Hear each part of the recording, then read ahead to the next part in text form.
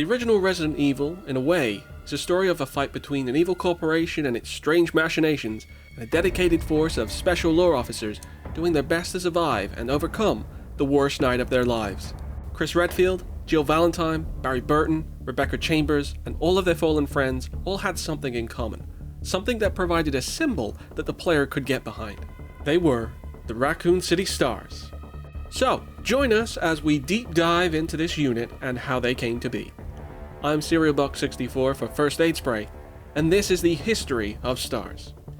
As always with our lore videos, we'd like to shout out the Resident Evil podcast and the efforts of the Batman. You can read all about S.T.A.R.S and absolutely everything Resi in their incredible 2,000-page mythology on their website. With that said, let's get into it. After its struggles with recession, Raccoon City Mayor Michael Warren announced the Bright 21st Century Raccoon City Plan in 1996. The idea was for the political office and the various high-end businesses to come together to overhaul the city within the next half to full decade and, by the turn of the millennia, begin Raccoon City's rejuvenation. It called for an expansion of the city's size, the restoration of the classic St. Michael's Clock Tower, and most importantly, the formation of a new division at the city's police department.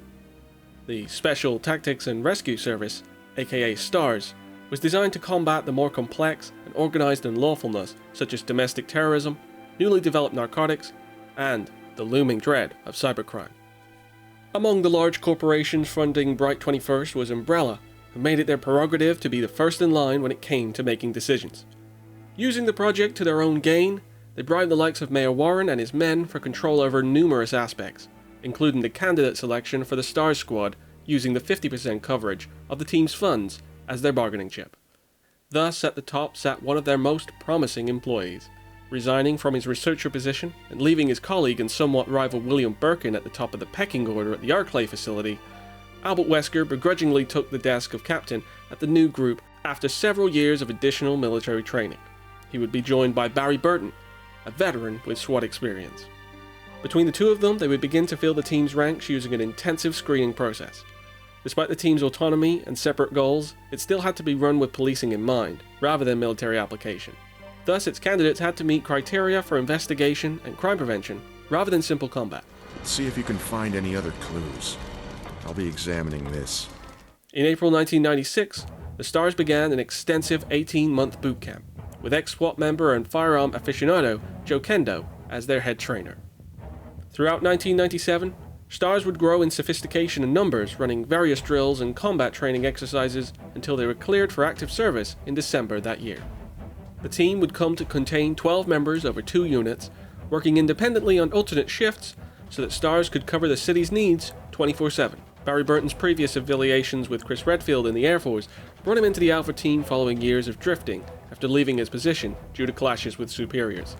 Following him would be Delta Force's bomb disposal extraordinaire, Jill Valentine, who would become one half of Alpha Team's rear security, along with computer and chemical expert, pilot Brad Vickers.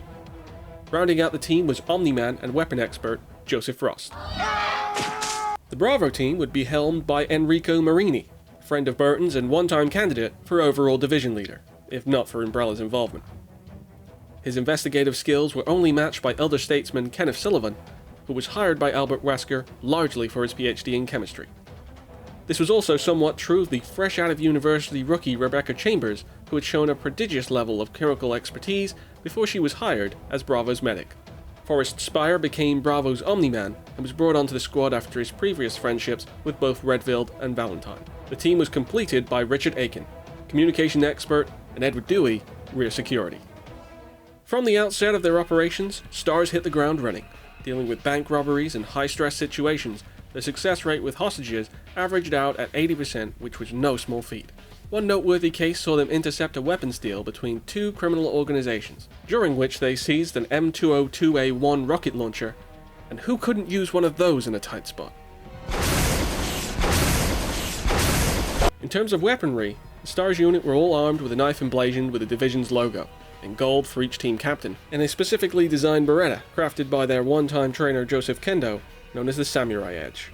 In contrast to that, S.T.A.R.S was generally lax about uniform, and members were allowed to add personality and color to their own appearance.